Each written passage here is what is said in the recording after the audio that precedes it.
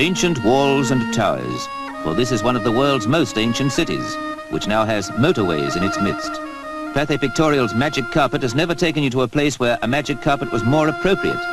And whether it's a jet aircraft flying high over Istanbul, giving you a cloudy, lofty view of the mystery city of mosques, or a helicopter carpet at minaret height, you drink the magic in. The Santa Sophia Mosque, once a Christian church and now a museum, always makes you feel, even when your feet are on the ground, that you yourself are up in the air.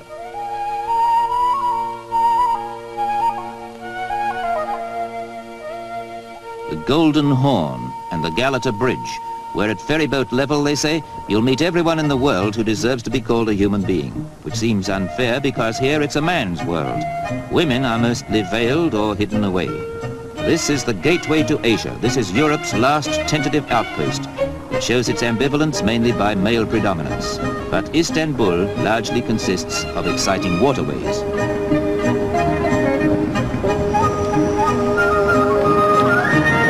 This Galata Bridge is Istanbul. People and mystery and manual labor. Here on the porters' backs, you can analyze life halfway between East and West.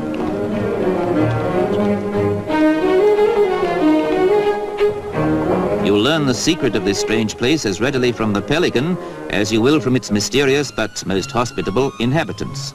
Halfway house life, Europe and Asia. And a really lovely thing, sweet, fresh fish.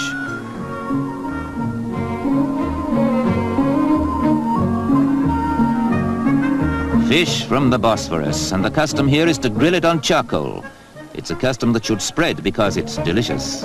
A curbside barbecue, conceived in the east and happily moving west. Go on, just dig your teeth into that bit of succulence. Or to savor the subtle flavors of the Orient, buy a bread ring and see how different and delightful it tastes. If you're anybody here, you have your shoes shined.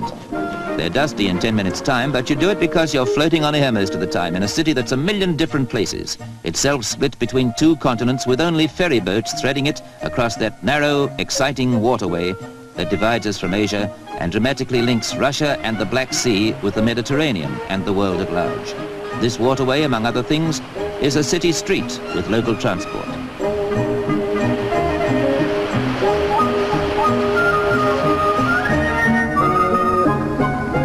What a mix-up of an ancient and a modern city it is. What a smoky beacon at the crossroads of east and west and north and south. What a fascinating series of contradictions and enigmas.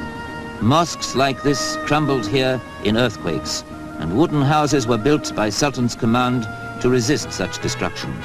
From on high you can see the hybrid results because some huddled streets survived, while fire in turn cleared acres of wooden buildings for these bold new concepts. Istanbul is a patchwork quilt on the shores of a waterway even more fascinating than it is itself.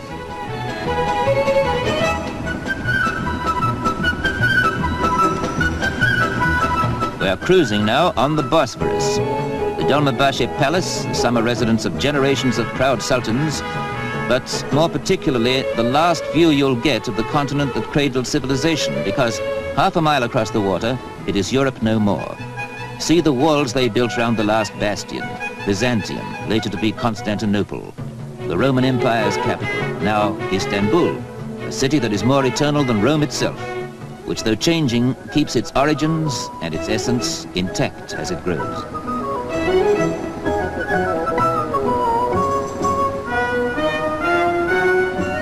This is all part and parcel of Istanbul, perhaps the loveliest and certainly the laziest part. For Istanbul has now stretched out to occupy the whole 17-mile length of this fisherman's paradise. And look, those fish are still alive.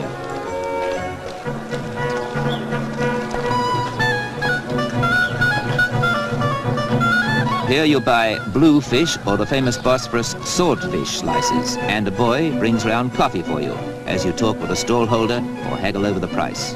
The same as in the bazaars. Good, strong Turkish coffee, as sweet as those fresh-caught fish are themselves. You'll also find round here that any old tin will serve as a barbecue. This scene could be on the Cornish coast or somewhere remote. and it's hard to believe it's part of a sprawling city that the Crusaders knew, a strategic point on the map of the world, besieged in turn by Goths and Huns, Slavs and Arabs, and finally captured 500 years ago when this castle was built by the Turkish Sultan Mohammed the Conqueror. This was the stronghold from which he first attacked and then defended the city that he made the capital of the Ottoman Empire.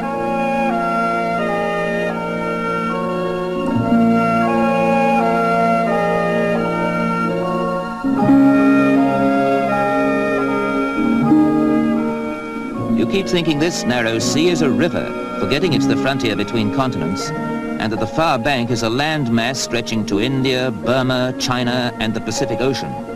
There's another castle on the Asiatic side, more elegant houses and the sleepy feeling you still get in the south of France. Glide into this haven of peace in the very outskirts of a crowded city.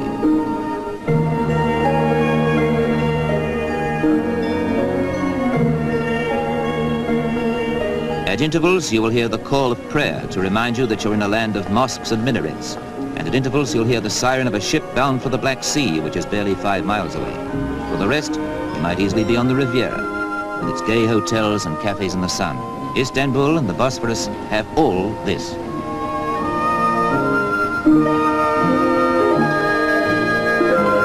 Istanbul and the Bosphorus have mystery too, inscrutable, age-old mystery, somehow symbolized by the Hubble Bubble Pipe.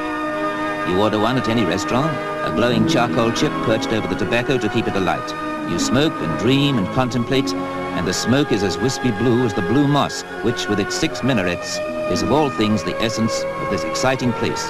There's no need to say any more about Istanbul. Imagination can do the rest.